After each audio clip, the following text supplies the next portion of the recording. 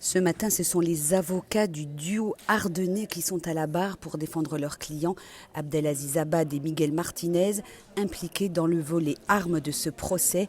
Ils auraient servi d'intermédiaires pour trouver des armes et les faire transiter jusqu'à Ali Reza Polat et Koulibaly. Les deux complices sont originaires de Charleville-Mézières. Ils étaient associés dans un garage. Avec eux, et c'est très rare dans cette procédure, le nom de l'un des frères Kouachi, Saïd l'aîné, est mentionné. Abad, tout d'abord, les deux avocats qui assurent avec brio sa défense se sont succédés pour démonter un par un les éléments de preuve qui constituent le fond de l'accusation des faits reprochés à leurs clients et contre lequel le parquet a requis une peine de 18 ans de réclusion criminelle. Tout part d'une déclaration d'Abad faite en garde à vue.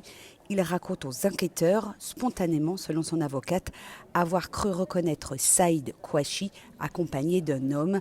Les deux individus seraient venus le voir pour acheter des armes, puis Abad se ravise, change de version pour affirmer finalement que l'homme en question portant béret et moustache n'était pas Saïd Kouachi.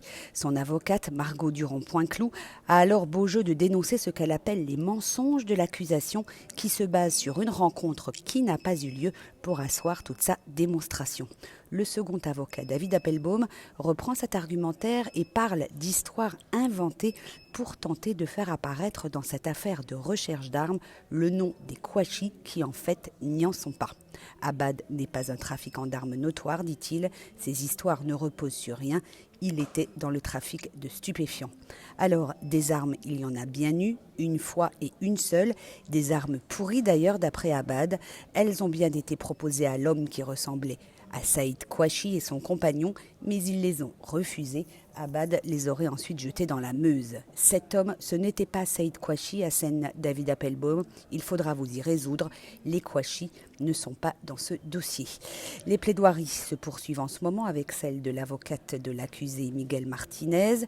Mais je voudrais vous relater une anecdote qui est un peu annexe à l'histoire de ce procès, mais pas tant que ça en fait. Depuis le premier jour, l'écrivain Yaïk Enel raconte les audiences auxquelles il assiste pour le compte de Charlie Hebdo. Il n'est pas journaliste, il parle de ce qu'il voit, de ce qu'il entend. Il fait part de son ressenti, de ses observations, de ses interrogations aussi parfois. Il livre finalement un regard personnel, empathique, pertinent et souvent philosophique. Et bien depuis mardi, ces articles sont cités par les avocats de la défense comme autant de signes de l'absence de preuves à l'encontre des accusés. Ainsi, Yannick Enel avait-il écrit à propos du Belge Catino: « On a du mal à croire qu'un homme aussi peu impliqué dans l'existence puisse être mêlé à des faits aussi grave. » Ce matin encore, l'avocat d'Abad a cité l'écrivain sans le nommer, ainsi que les dessins de Bouc qui illustrent ses textes. Yannick Enel a tout d'abord été un peu surpris, puis il a commenté dans sa chronique publiée ce matin sur le site de Charlie Hebdo.